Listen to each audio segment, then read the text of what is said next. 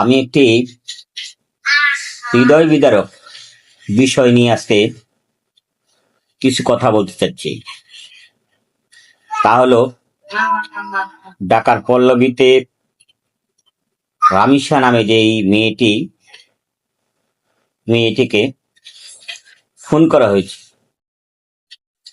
এই খুনটি সম্পূর্ণই অস্বাভাবিক, কারণ এই ধরনের ঘটনা আমাদের সমাজকে নাড়িয়ে দেয়। আমি কিছুদিন আগে সমাজ নিয়ে একটি ভিডিও করেছিলাম। ঘুরে ফিরে সেই সমাজেই আমাদের সমস্যার সৃষ্টি করেছে। কারণ রামিসাকে ধর্ষণ এবং খুন,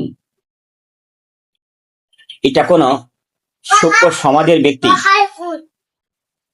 বা ছেলেরা কোনো অবস্থাতে তা করতে পারে না, যদি তাদের মনুষ্যত্ব থাকে।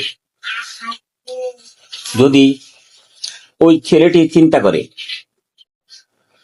তারও সন্তান হবে, সেও মানুষ হবে, তাহলে এই ধরনের কর্মকাণ্ড কেউ করার সাহস রাখেন। রামিসা একটি ছোট্ট মেয়ে, দ্বিতীয় ক্লাসে মাত্র উঠেছে। দুনিয়ার সম্পর্কে বেঁচে থাকার আকুতি কোনো কিছুই তাকে এখনো নাড়া দেয় না। অথচ এই মেয়েটি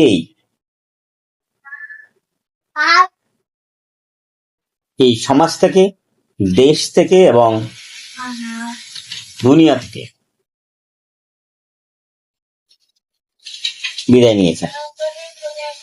তাই রামিসার বাবা বলেছেন সে কারোর কাছেই বিচার চায় না, কারণ এদেশ বিচারের যোগ্যতা রাখে না। একটি ঘটনা কিছুদিন পত্র পত্রিকায়, ইউটিউবে, ফেসবুকে না আসার পরে আরেকটি ঘটনা আমাদের সামনে চলে আসে, তখন আমরা ঠিক এই হৃদয় বিদারক যে ঘটনাটা সেটা ভুলে যাব। আমি মনে করি